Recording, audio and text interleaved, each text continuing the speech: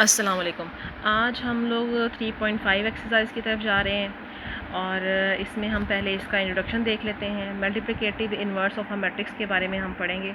इसमें जो पहली हेडिंग है हमारे पास है determine of a matrix of order 2। अगर आपके पास ऑर्डर 2 है और उसका आप डिटरमिन फाइंड करना चाह रहे हैं तो उसका प्रोसेस बताया हुआ है। पहले क्या है देख लें ज़रा, इसकी जनरल फॉर्म में उसने जो है ए मैट्रिक्स दिया है हमें, और A11 A21 2 A21 and 22 A22 के साथ उसने 2 क्रॉस 2 मैट्रिक्स साथ एक मैट्रिक्स दिया हुआ है और उसका डिटरमिन लेना होता है। अब आप ये बात याद रखिएगा, जब आप डिटरमिन लेंगे तो यहाँ पे जो है वो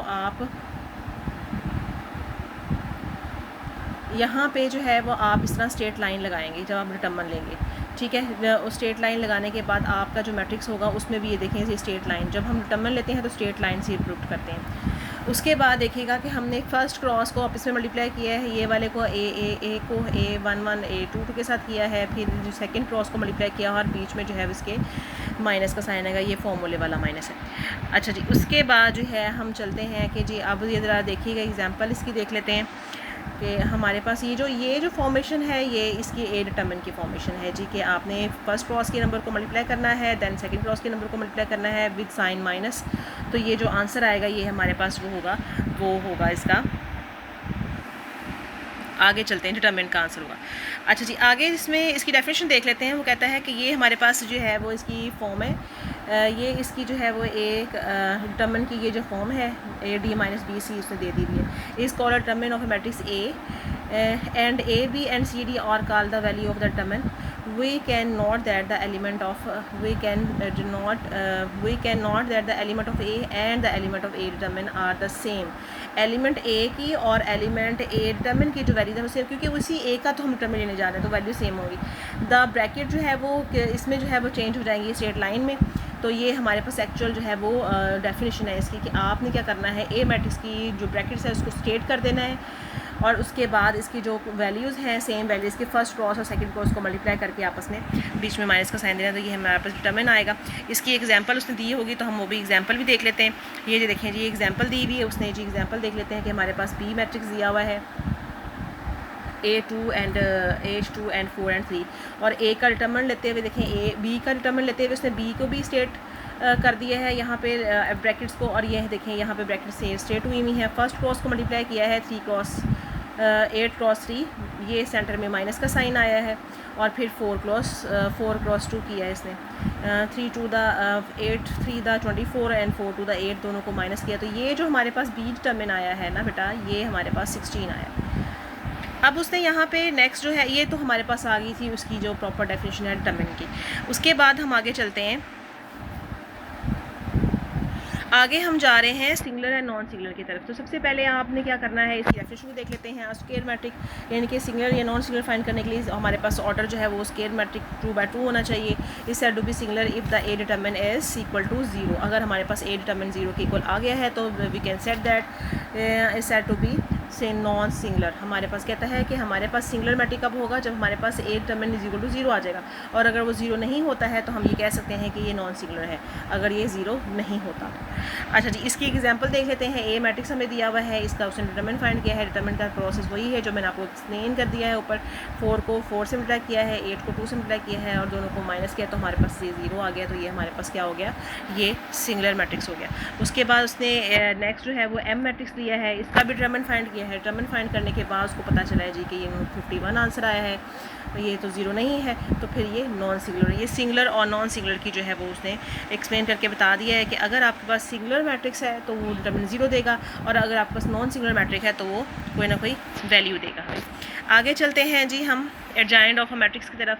पहले इसकी डेफिनेशन देख लेते हैं। The adjoint of a square matrix is an important concept in the matrix algebra, especially when the finding the inverse of the matrix or the solving system of the linear equation। linear equation में भी हम आगे चलेंगे 3.6 के अंदर, तो हम उसको भी देखेंगे हमने किस तरह से जो है उसको मैट्रिक्स फॉर्म दी है, फिर उसमें किस तरह से हमने उसको वैल्यूज़ फाइंड आउट की हैं, वो हम आगे जाके देखेंगे। अब जी देखिएगा, अब वो कहता है कि हमारे पास जो है वो क्या है, वो कहते हैं the adjoint of a matrix A of order 2 is obtained by the interchanging the diagonal element and the changing the sign of the other. अब ये मैं आपको बता दूं कि क्या होता है एडजॉइंट के अंदर। सिंपली ये तो उसने एक्सप्लेन, आपने इसकी डेफिनेशन याद करनी है। कि हमारे पास जो फर्स्ट क्रॉस होगा 4 and 1, उसकी आपने जगह प्लेस चेंज कर देनी है। उसने यहाँ पे बताया है कि आप ये the adjoint of matrix square ए, मैं यहाँ से आपको बता दी, यहाँ से मैं इसको पढ़ी हूँ। Matrix A of order 2 is obtain by the interchanging the diagonal element of changing the and changing the sign of other element. कहता है कि डायगोनल, ये डायगोनल है, ये डायगोनल एलिमेंट को आपने क्या करना है, एक्सचेंज कर देना है इसकी प्लेसेस को, और जो दूसरा हमारा डायगोनल होगा इसके साइन चेंज करने होंगे, तो फिर ये अर्जाइंट बन जाएगा। ये ज़रा गौर कीजिएगा कि ये 4 1 जो है 1 4 बन गया है, और -2 जो है यहाँ पे ये 2 जो है वो -2 बन गया है, और -6 जो है वो 6 बन गया है। फर्स्ट डायगोनल की आपने क्या करनी है, एक्सचेंज कर देनी है, प्लेसेस एक्सचेंज कर देनी है, और इंटरचेंज कर देनी है, और दूसरे डायगोनल के आपने साइन इंटरचेंज कर देने हैं, तो ये हमारे पास एडजॉइंट बन जाएगा। अब हम चलते हैं जी आगे, क्या कह रहे हैं, multiplicative inverse of a non singular. जब भी हमारे पास कोई नॉन सिंगुलर मैट्रिक्स होगा तभी हम उसका मल्टीप्लिकेटिव इन्वर्स फाइंड कर सकते हैं। तो इन्वर्स का तो यहाँ पे उसने बहुत अच्छे तरीके से बता दिया है कि 3/4 का इन्वर्स जो है 4/3 यानी कि उलट होता है। तो अब आगे हम देखते हैं कि उसने किस तरह से इसको ये देखें जी, कहता है कि adjoint method of find inverse of square matrix A, हमें मैट्रिक्स दिया हुआ है और उसका आगे उसने फार्मूला बता दिया हुआ है।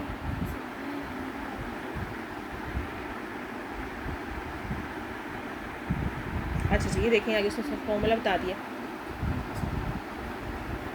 ए inverse is equal to adjoint A over 8 terminal. तो एडजॉइंट भी मैंने आपको लेना सिखा दिया हुआ है और आपको 8 टर्मिनल लेना भी सिखा दिया है। आप इसको इस फॉर्म में भी लिख सकते हैं, ये 1 ओवर डिटर्मिन जो है वो एक साइड पे ले आएंगे और एडजॉइंट वाला मैट्रिक्स आप एक साइड पे लिख देंगे। अब उसने यहाँ पे एक एग्जांपल जो है वो हमें बता रहे हैं, हम लोग एग्जांपल भी देख लेते हैं कि उसने कैसे इन्वर्स फाइंड किया है। ए में एग्जांपल दी हुई है 8 5 4 3। पहले उसने इसका इन्वर्स फाइंड करने के लिए ये साथ ही उसने ये दे दिया है कि ए को ए इन्वर्स से मल्टीप्लाई करें तो हमारे पास जो है वो आइडेंटिटी आना चाहिए। ये मैं आपको बताती हूँ, ये देखें, ये हमारे पास आइडेंटिटी आना चाहिए, यानी कि ए को ए इन्वर्स, यानी कि आप ए को ए उसके ऑपोजिट के साथ आप किसी भी नंबर के इन्वर्स से हम उसको जब मल्टीप्लाई करेंगे ना तो वो आपको 1 ही आंसर देगा। तो आइडेंटिटी मैट्रिक्स बनाया हुआ है वो क्या होता है, इसके डायगोनल में जो है वो एंट्रीज जो है वो आगे हम देख लेते हैं। मैं आपको आगे बता देती हूँ कि डायगोनल्स में एंट्री जो है वो नॉन जीरो होती हैं और नॉन जीरो जो एंट्रीज होंगी वो 1 1 होनी चाहिए और नॉन डायगोनल एंट्रीज जो है वो आपकी 0 होनी चाहिए। अच्छा जी, अब उसने क्या किया है, ए मैट्रिक्स लिया है, इसका डिटर्मिन फाइंड किया है, डिटर्मिन लेना मैंने आपको सिखा दिया है। उसके बाद उसने एडजॉइंट फाइंड किया है और उसको फॉर्मूले में पुट किया है। पुट करने के बाद हमारे पास ए इन्वर्स ये आया है। तो अगर अब इसी ए इन्वर्स को पकड़ा है, उसने ए के साथ मल्टीप्लाई किया है, मल्टीप्लिकेशन का मेथड आपको बताया हुआ है, तो हमारे पास से जो है वो आइडेंटिटी आ जाएगा। आइडेंटिटी का मैंने आपको बताया था, मैं बताऊँगी आपको कि किस तरह की फॉर्मेशन होती है, आपको पहले ये बताया भी हुआ है कि हमारे पास फर्स्ट डायगोनल जो डायगोनल के अंदर एंट्रीज नॉन जीरो होनी चाहिए और वो नॉन जीरो एंट्रीज जो है वो 0 होनी चाहिए, 1 होने चाहिए।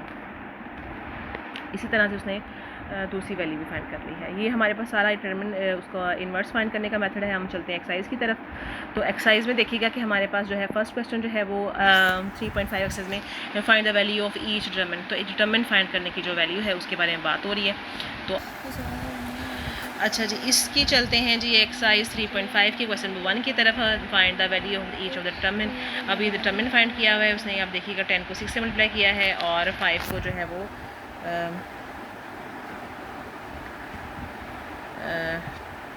ये देखिएगा यहाँ पे। अच्छा जी, हमारे पास 10 को 6 से मल्टीप्लाई किया है, 5 को 4 से मल्टीप्लाई किया है, तो 60 - 20 जो है वो हमारे पास 40 आ गया। ये सारे जो है वो डिटरमिन फाइंड किए हुए हैं। -5 माइनस, अब यहाँ पे देखिएगा -5 और -7 को जो मल्टीप्लाई किया है तो माइनस माइनस प्लस, जिसमें 35 प्लस में लिखा है। ये वाला फॉर्मूले का माइनस चेंज नहीं करना, ये आपका एज इट इज़ रहेगा। और 3 को 8 से मल्टीप्लाई किया है तो ये -24 है। अब ब्रैकेट के अंदर आपने पुट करना है, ये साइन को बहुत एहतियात से आप पुट कीजिएगा, ये बच्चे मिस्टेक कर देते हैं। फिर आप माइनस माइनस प्लस, दोनों माइनस साइन को मल्टीप्लाई करेंगे, जो प्लस साइन आएगा वो देखें वो आगे पुट किया हुआ है। और फिर 35 + 24।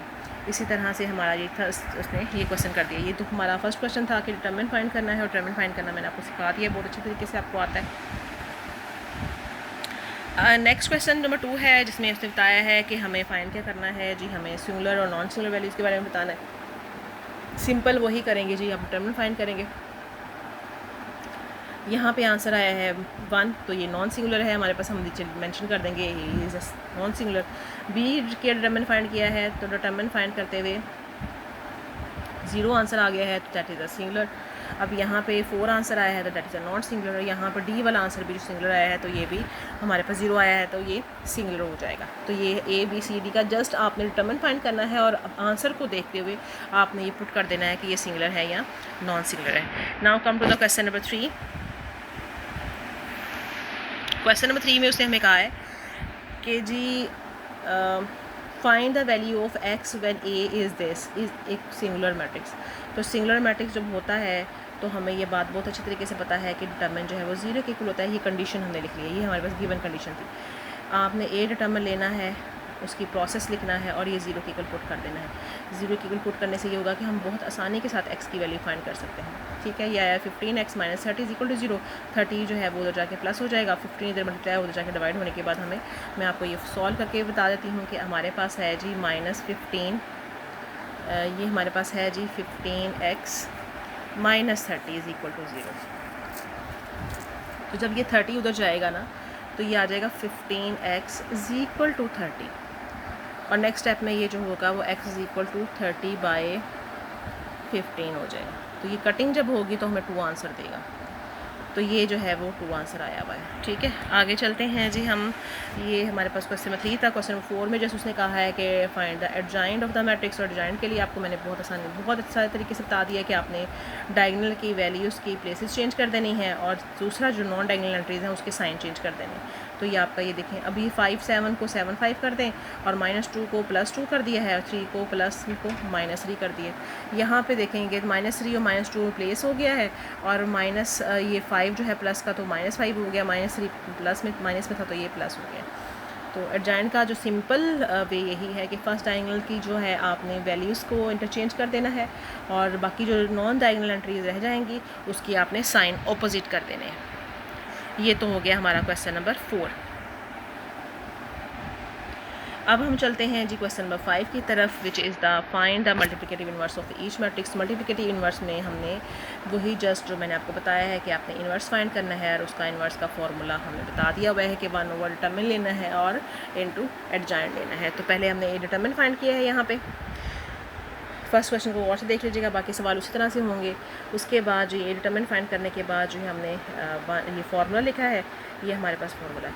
उसके बाद 1/25 और जो वैल्यूज़ थी हमारी वो इंटरचेंज करने के बाद एडजॉइंट लेने के बाद ली है, और 1/25 को जब अंदर पुट किया है, इसको मैं आपको लिख के दिखाती हूँ कि अगर हमारे पास 5/25 आएगा तो ये कटिंग होने के बाद 5 ही देगा, तो ये डायरेक्ट 1/5 लिखा हुआ है, इस तरह से ये होगा। और 0/25 आपको 0 ही देता है। ठीक है जी, आगे चलिएगा।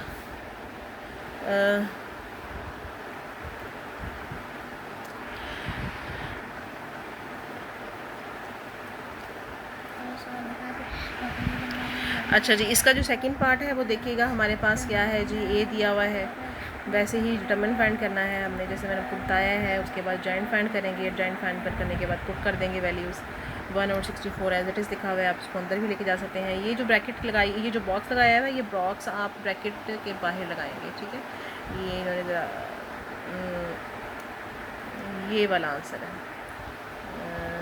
ये वाला, ये आंसर कंसीडर होगा इसमें। ठीक है जी, उसके बाद चलेगा। अच्छा जी, उसके बाद देखिएगा जी, हमारे पास है क्वेश्चन नंबर 3। इसमें भी उसने सॉल्व किया, डिटरमिन फाइंड किया है। डिटरमिन फाइंड करने के बाद ए इन्वर्स लिया है, और फिर जो हमारे पास साइन आया था उसको उसने, अच्छा जी आगे चलेगी। ए हमें इसका 6 पार्ट दिया हुआ है, सबको उसने ए ही लेट कर लिया है। अच्छा जी, इसमें हाँ उसने क्या किया है जी, ये डिटरमिन फाइंड किया है। डिटरमिन फाइंड करने के बाद एक, अच्छा जी, अब आगे हमारे पास है जी क्वेश्चन नंबर 6। इसमें ए मैट्रिक्स दिया हुआ है, वही डिटरमिन फाइंड करना है। डिटरमिन फाइंड करने के बाद हमने एडजॉइंट फाइंड करना है और वैल्यूज़ को फॉर्मूले के अंदर पुट कर देना है। ये आप देख लें, आप स्क्रीनशॉट ले लीजिएगा। सारे सवालों के मेथड जो है वो सेम है, बस प्लस माइनस का ख्याल रखते हुए आपने इसको सॉल्व कर लेना है। अच्छा जी, आगे हम चलते हैं क्वेश्चन नंबर 6 की तरफ। उसमें भी ये इस तरह की मैंने आपको एग्जांपल करवाई थी कि आपको ए मैट्रिक्स दिया हुआ है, उसका ए इन्वर्स फाइंड करना है, और फिर आपने इस तरह से उसकी फॉर्मेशन कंप्लीट कर लेनी है। ए इन्वर्स फाइंड करने का प्रोसेस वही है जी जो आपको बता दिया हुआ है। क्या है जी कि आपने डिटरमिन लेना है, डिटरमिन लेने के बाद आपने एडजॉइंट लेना है, एडजॉइंट लेने के बाद आपने ए इन्वर्स फाइंड करके फॉर्मूले में पुट करना है। ये स्टेप 3 करवाया हुआ है। और स्टेप 4 के अंदर उसने क्या किया है कि ए इन्वर्स को ए के साथ मल्टीप्लाई किया है और मल्टीप्लाई करने से देखिए आइडेंटिटी आ गया आंसर। और इस तरह से स्टेप 5 दिया हुआ है, उसमें ए रिटर्न इन्वर्स को पहले लिख दिया है और ए को बाद में लिखा है। इसको मल्टीप्लाई करने के बाद भी हमारे पास देखिए डिटरमिन आ गया। तो ये आप स्क्रीनशॉट ले लीजिएगा और इसको सॉल्व कर लीजिएगा। प्रोसेस वही है जो मैंने आपको बता दिया है, इसमें सिर्फ जॉइंट और डिटरमिन की ही फॉर्मेशन है, फॉर्मूले में पुट करना है। आगे उसने हमें कहा है कि show that the following matrix are multiplicative inverse of each other. तो सिंपल आप ए बी को मल्टीप्लाई करें और अगर मल्टीप्लाई करने के बाद आपको आंसर आइडेंटिटी आ रहा है तो इट्स मीन कि आपका ये एक दूसरे का मल्टीप्लिकेटिव इनवर्स है। अच्छा जी, उसके बाद देख लेते हैं जी नेक्स्ट। इसका सेकंड पार्ट में भी आपने यही करना है जी, ए बी फाइंड करना है और बी ए फाइंड करना है। ये भी आइडेंटिटी हो गया है। क्वेश्चन नंबर 8 में हमारे पास जी उसने कहा हुआ है कि ए बी फाइंड करें और उसके बाद उसका इन्वर्स लें। तो ए बी का जो मैट्रिक्स आया होगा उसका आपने एडजॉइंट लेना है, डिटरमिन लेना है और उसको फॉर्मूले में पुट करके यहाँ आंसर दे देना है। ये आंसर दिया हुआ है और आपके पास अब आपने ए इन्वर्स फाइंड करना है इसका अलग, बी इन्वर्स फाइंड करना है अलग और फिर उन दोनों को आपस में मल्टीप्लाई करना है। और इसमें ये बात मैं बहुत ही इंपॉर्टेंट आपको बताना चाहती हूँ कि ये देखिएगा ज़रा गौर से कि अगर आप इसको देखें गौर से तो ए बी इन्वर्स को आपने जब इसकी left hand side right hand side लिखनी है तो बी इन्वर्स आप पहले लिखेंगे और ए इन्वर्स आप बाद में लिखेंगे जब आप इसको प्रूव करने जाएंगे। ये देखिएगा मैं आपको दिखाती हूँ कि इसे यहाँ पे जो है वो इस तरह से लिखा हुआ है। यहाँ पे देखें ए इन्वर्स और बी इन्वर्स फाइंड किया और लिखते हुए बी इन्वर्स और ए इन्वर्स, बी इन्वर्स पहले और ए इन्वर्स बाद में रख के इसको मल्टीप्लाई किया तो हमारे पास इसके आंसर जो है वो ये और ये देखिएगा ये सेम आए। ठीक है जी, ये तो हो गई हमारी एक्सरसाइज अब अल्हम्दुलिल्लाह कंप्लीट हो गई है। इसका 8 का सेकंड पार्ट भी इसमें दिया हुआ है। ये भी उसी प्रोसेस में है कि आपने क्या करना है जी, पहले ए बी फाइंड करना है, उसके बाद उसका आपने इन्वर्स लेना है। इन्वर्स का फॉर्मेशन वही है जी, आपने पहले डिटरमिन लेना है, उसके बाद एडजॉइंट लेना है, उसको पुट कर देना है, ए इन्वर्स और बी इन्वर्स फाइंड करना है और फिर दोनों को मल्टीप्लाई कर देना है। हमारे पास ये देखिएगा इसका आंसर जो है वो इसका आंसर और जी हमारे पास इसका आंसर जो है वो बिल्कुल सेम आए हैं। ये देखिए ये सेम आंसर आए तो हमारे पास left hand side right hand side के बराबर हो जाएंगे। तो ये हमारे पास जो क्वेश्चन नंबर 8 जो है वो भी कंप्लीट हो गया है। ये देखिए क्वेश्चन नंबर 8 जो है वो भी हमारा कंप्लीट हो गया है। आप लोग चैनल को सब्सक्राइब कर दीजिएगा और बेल आइकन जो प्रेस कीजिएगा ताकि नेक्स्ट जो वीडियोज़ हैं वो मेरी आपको मिलती रहें। बहुत शुक्रिया आपका।